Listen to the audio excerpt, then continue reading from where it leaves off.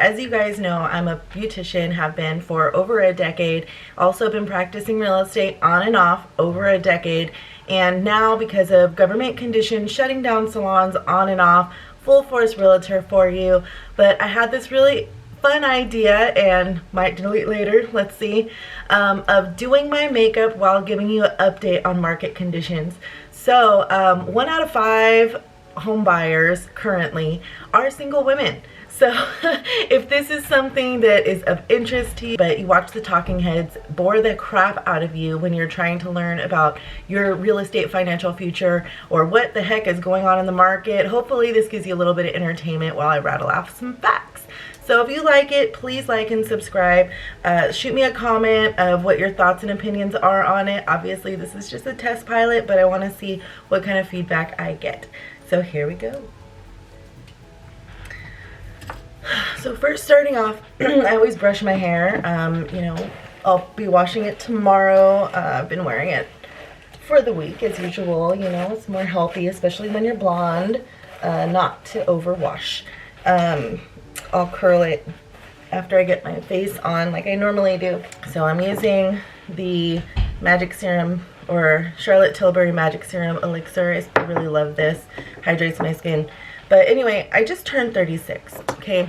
I remember being in my 20s, killing it, you know, making 6 figures, working as a realtor, and, you know, it was like I had this idea that I wanted to wait to buy a house because I wanted to wait until I was married, have that be something that I did with my husband, have that be something we shared together.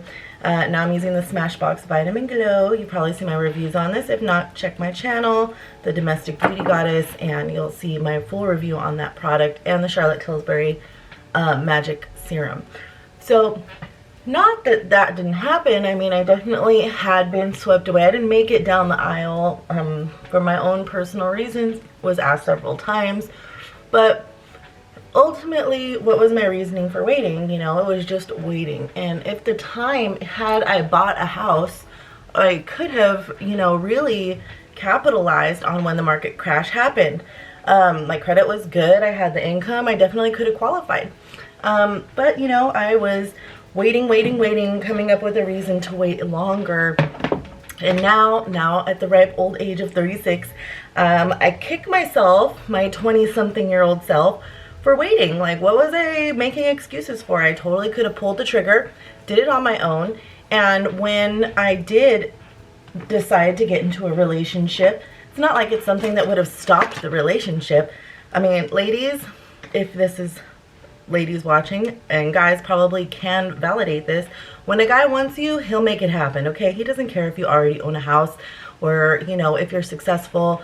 If he's intimidated by that, probably not a good choice, okay?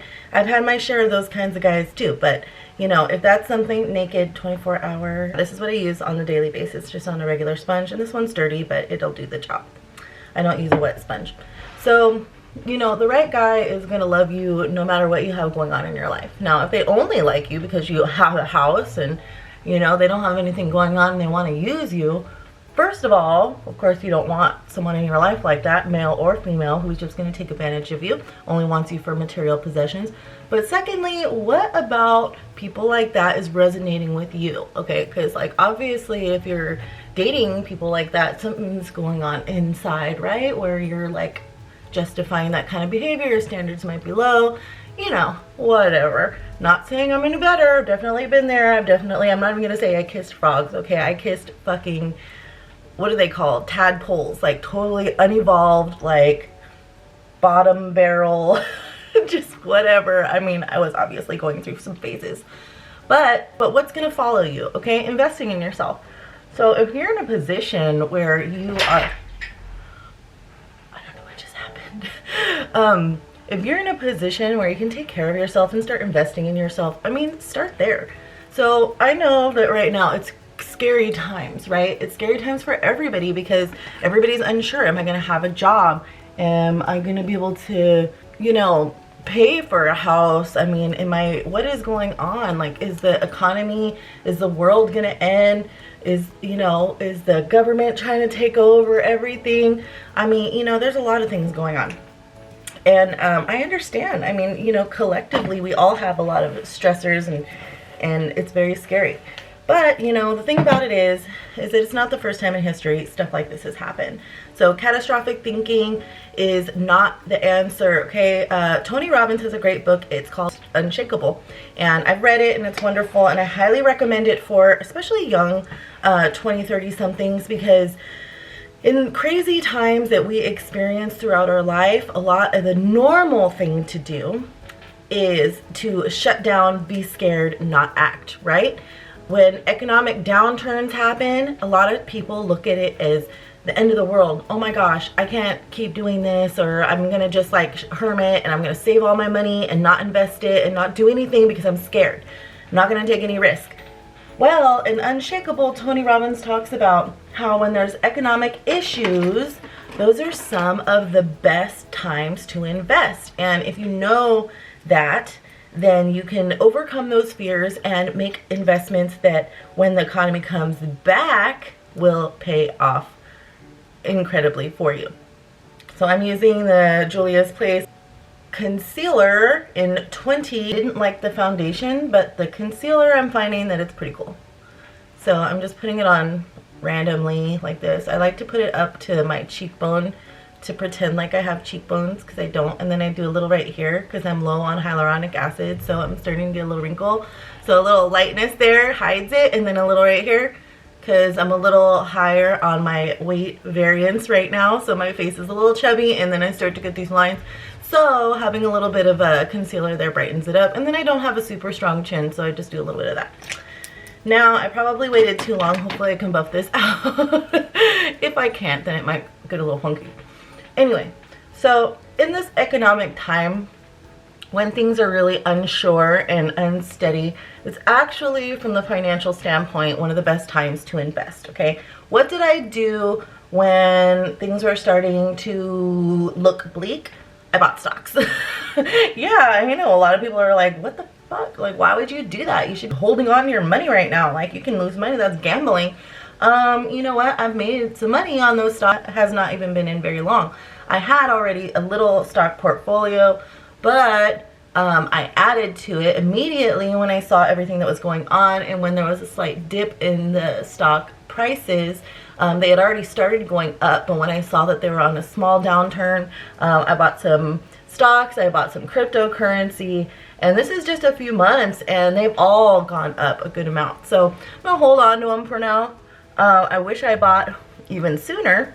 The ones that I did buy, and the money I had invested in the stock market, I've been kind of playing with, putting it in and taking it out, because I've been doing well on my choices, and they've appreciated, made me money, but some of them I take out and I put into other things. So anyway, that's the stock market for you. So the point is that even in uncertain times, when things seem bleak or things seem scary, or maybe you think you're waiting for something, honestly, the best time is now, okay? If you think, oh, housing prices are gonna go higher, you know, or housing prices are gonna drop down and crash, no, honey, the economics of that does not make any sense. Right now, we have such a low inventory of houses that people are paying, you know, tens of thousands of dollars over asking price, okay? Because they want to be competitive, because you get one house, you get 10 offers on it. You know, people want that house. They're gonna pay more than what you're asking. That is supply and demand in a nutshell. So, you know, another point, if you're thinking about buying but you're holding off because you're scared, is that interest rates are almost historically low right now, okay? That's crazy, because I'm not sure how chiseled I want to be today. So since they're so low, you need to lock this in, or you're going to be losing money, okay? Because once the interest rates go back up, even if you get a lower price on the property, interest is what is really determining how much you're paying. You know, maybe there's a slight correction in the market and you save, you know, 10 or 20,000 by waiting a little bit and then buying at a dip or something. Well, you know what? Ultimately, if you end up paying, you know, a few percent more on your interest rate, you're going to pay that back in interest.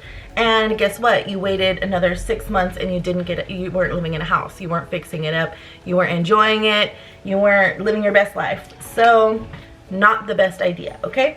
And this is not just my opinion, okay? I'm here just to be your knowledge broker and let you know what is going on so you don't have to follow all of the different market conditions like I do on a daily basis. Now, it's a lot of information and a lot of misinformation, which brings me to my next point. Suzie Orman. I've been following her for years, probably since I was 19 when I really started giving a damn, right? And paying attention to finance and studying it. I mean, it took me a lot of mistakes along the way. Don't get me wrong, I'm not a millionaire. You know, I've gone down some crazy roads that we'll go over in some other videos, but whew, this is the It Cosmetics Poreless powder, and then that was the Fenty Beauty Butter setting powder underneath my eyes. So Suzie Orman has been like someone I've followed extensively for the years. Okay, I've read her books, I've watched her seminars, I've practiced a lot of the things that she's recommended that resonated with me.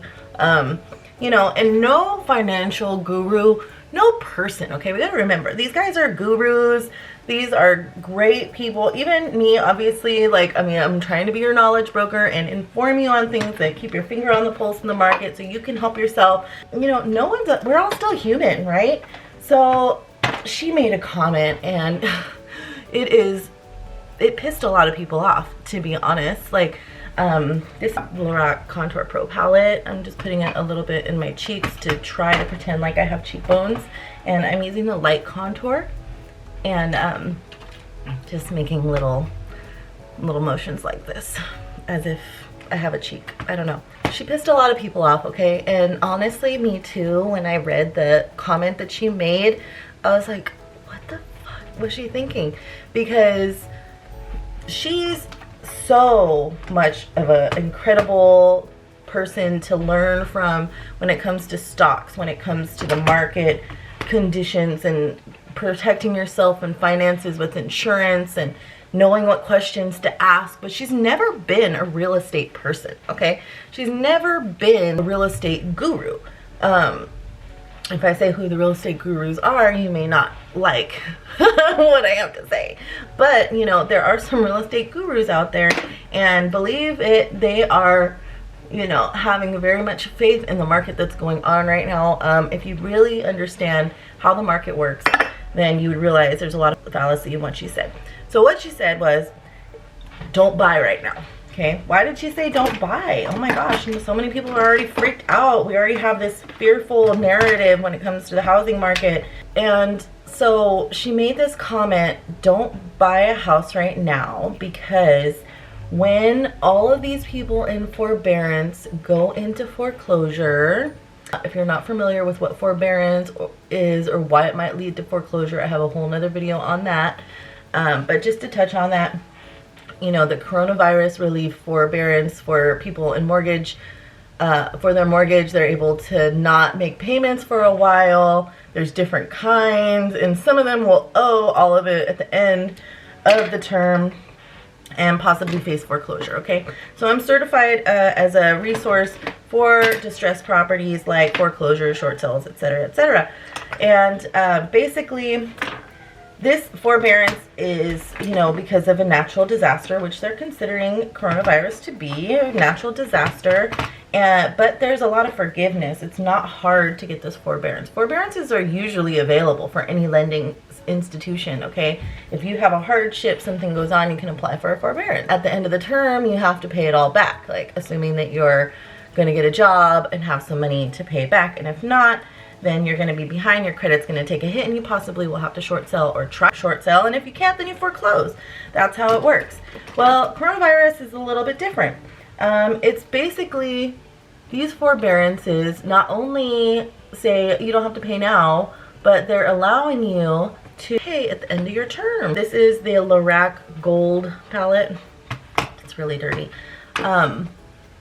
So you basically, you're not paying right now, and they just put it to the end of your loan, so when you start paying again, it's like it never happened. That is such a relief for so many people. That was not the big what the hell is she talking about thing, okay? They are extending these coronavirus relief forbearances. Originally it was 180 days, but if you still need help, you can extend it another 180 days. So a total of 360 days. It's almost a whole year of forbearance time frame. And then for them to put that all in the back of your loan, you don't even have to pay that all the way back. It's just incredible. So even though so many people are in that position, you know, they don't necessarily have to foreclose. The ones that will foreclose are the ones that got into different types of forbearances that they actually will owe that money, and maybe they didn't get their job back, and maybe they just can't afford it and they're upside down, or maybe they're foreclosing because they just can't make any payment on anything. I mean, there's gonna be people, I'm not gonna say casualties, there's gonna be people who have extreme hardship, and I agree, there's a very high likeliness of a big amount of foreclosures in the future.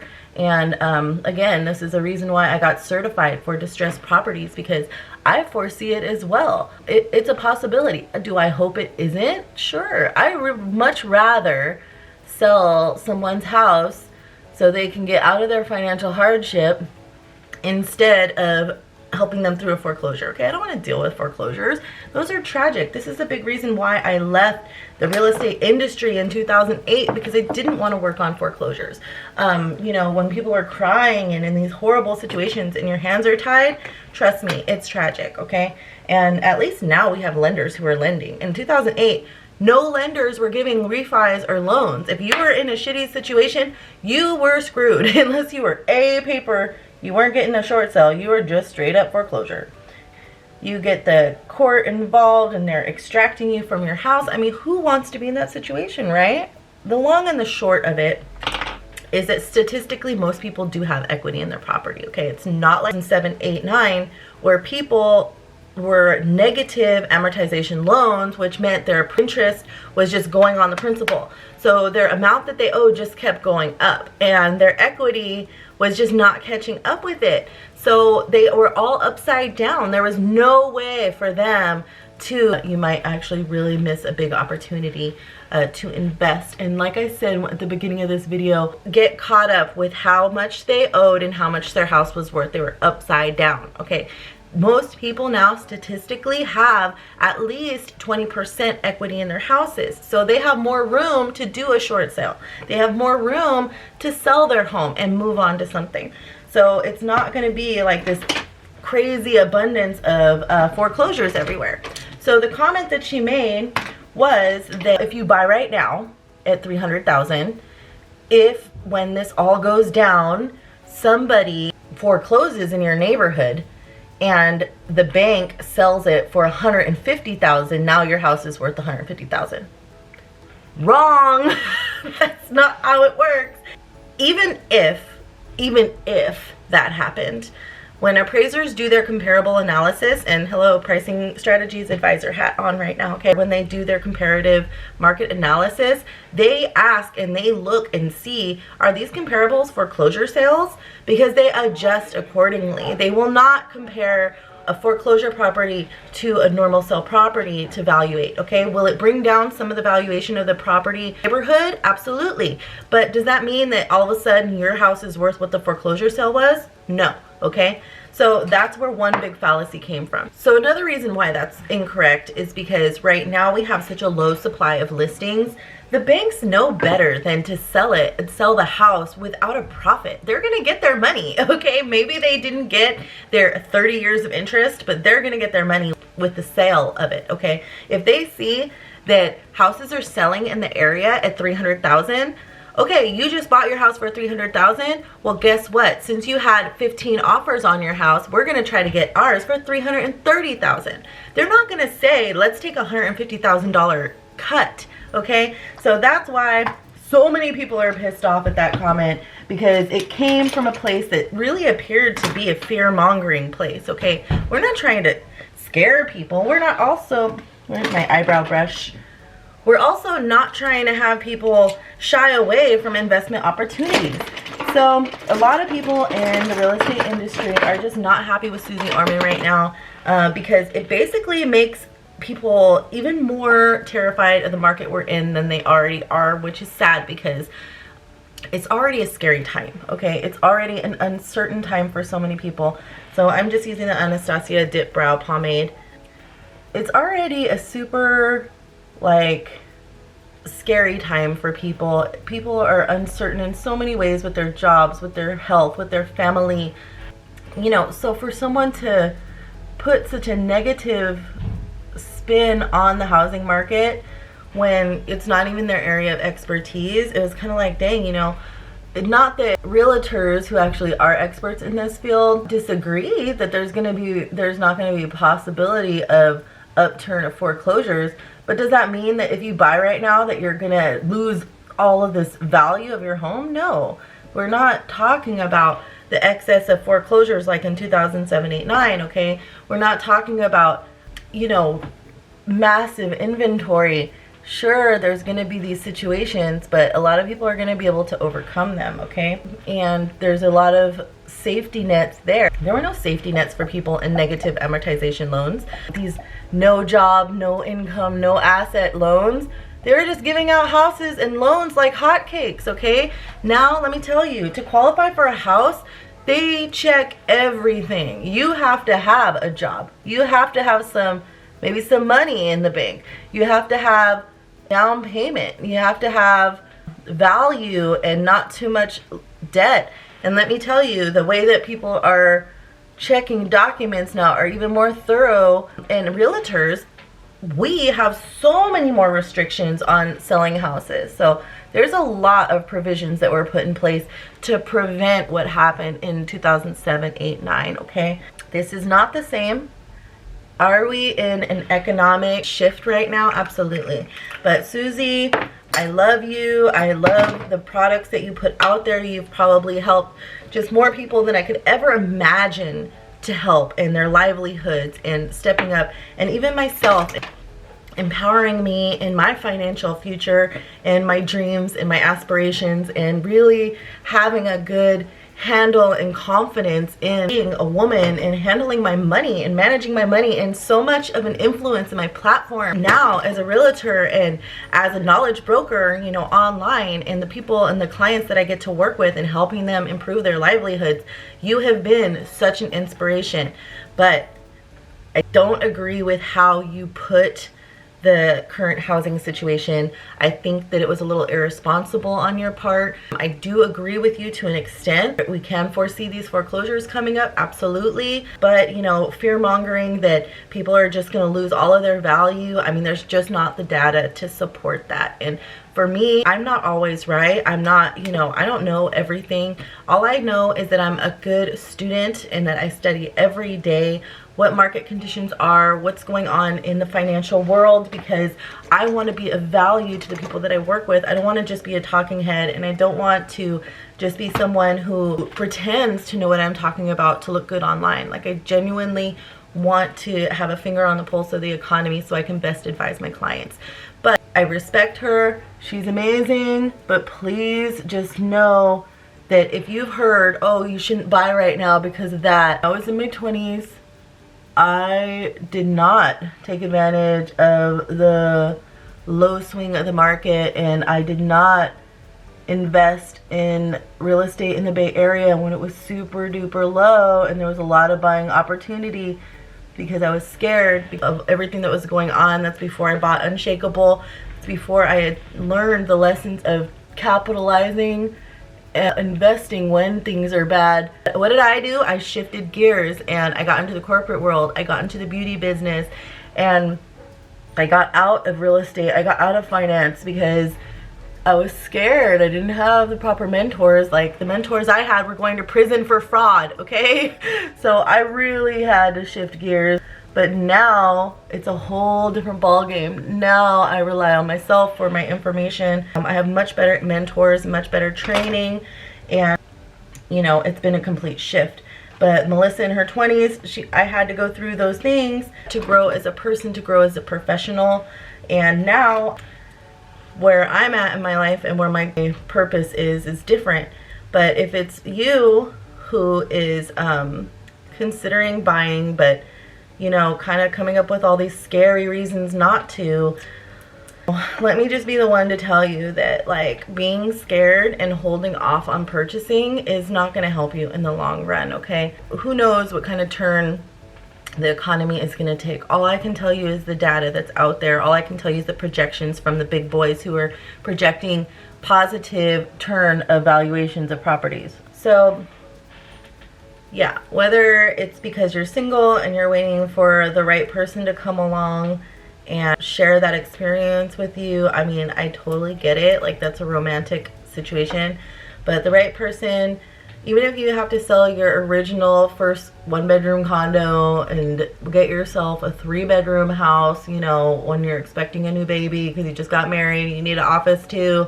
I mean, life goes on. Just to wait because you're scared, or just to wait because, let me fix my light. Just to wait because you're scared, or just to wait because you're unsure, you're losing money, okay? Talk to a realtor, see what your current market conditions are in your area. If you need help with that, DM me, message me, let me know. I can point you in the right direction, even if it's not exactly me, or even I could just answer some questions for you. If you have questions about this stuff, I mean, that's what I'm here for. I'm not here just to rattle off online and show you how I can do makeup. I'm here to answer questions, and I'm here to advise you. Like, I have done the work to be a certified advisor because I want to help you, okay? I don't want you to make the same mistakes that I did, and I don't want you to be fear-mongered and put in a position where, you know, you are making bad decisions because people are giving out bad advice, which happens all the time. Let me just say something and then I'll be done. You know, I'll be honest 100%, okay? It does not take a lot to become a realtor. You can throw a rock and find a realtor, right? You can, you know, yeah, we have to take a special test. And when I first got licensed, we had to take all this additional education to separate us from a conditional versus a non-conditional realtor. So I took all this extra education so I could be non-conditional, which meant that I knew what I was talking about a little bit more than the conditional. So if someone were to sue me, I could actually fight it in court. If you were conditional and you didn't do that extra education, basically if someone sued you, they just took your license. You didn't have a chance to fight it. So I did all that, okay? Now it's different. Now they have like, oh, you know, continuing education. A lot of people could just get a license.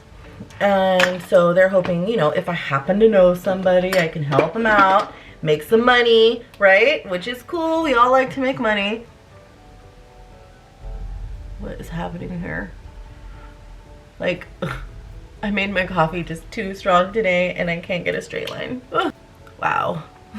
Oh my God. I guess I have to look like Baby Jane today. What is happening? Oh, I don't even know.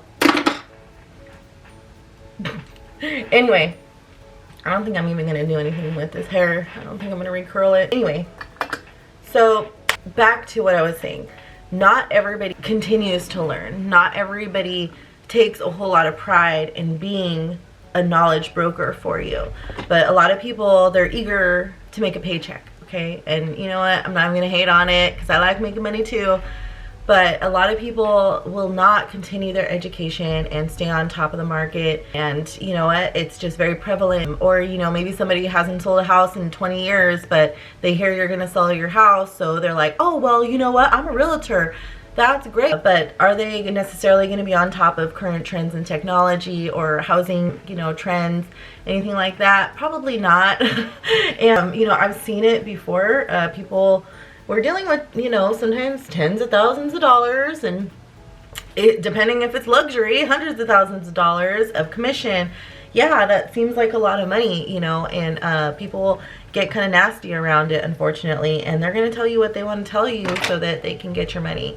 But when you're looking for a trusted advisor and a realtor, do find somebody that you really think that you can get an unbiased opinion from. It's not just trying to sell you. There are some really incredible people out there with integrity, and they will come from a place of service whether you work with them or not, and I'm one of them. So don't get me wrong, I love to help people out and make money too, but truly if you are needing advice in this situation, please hit me up, give me a call, let me know where I can help you out. No matter where you are, no matter what you do, no matter what situation you're in, if you're a couple years out from buying a house because you need to plan, or maybe, you know, you're ready to pull the trigger tomorrow, wherever you're at, let me know and let me know how I can help. So thank you for watching today. This is my look. I'm gonna head off to the office. I'm probably gonna put some barrettes or something. Thank you so much for listening to my rant. Suzie Orman. Maybe you'll never see this, but I still love ya. Hope you guys are having a wonderful day. Thank you. Like, subscribe, comment. Tell me if you love me or hate me, and let me know what you want to hear about next.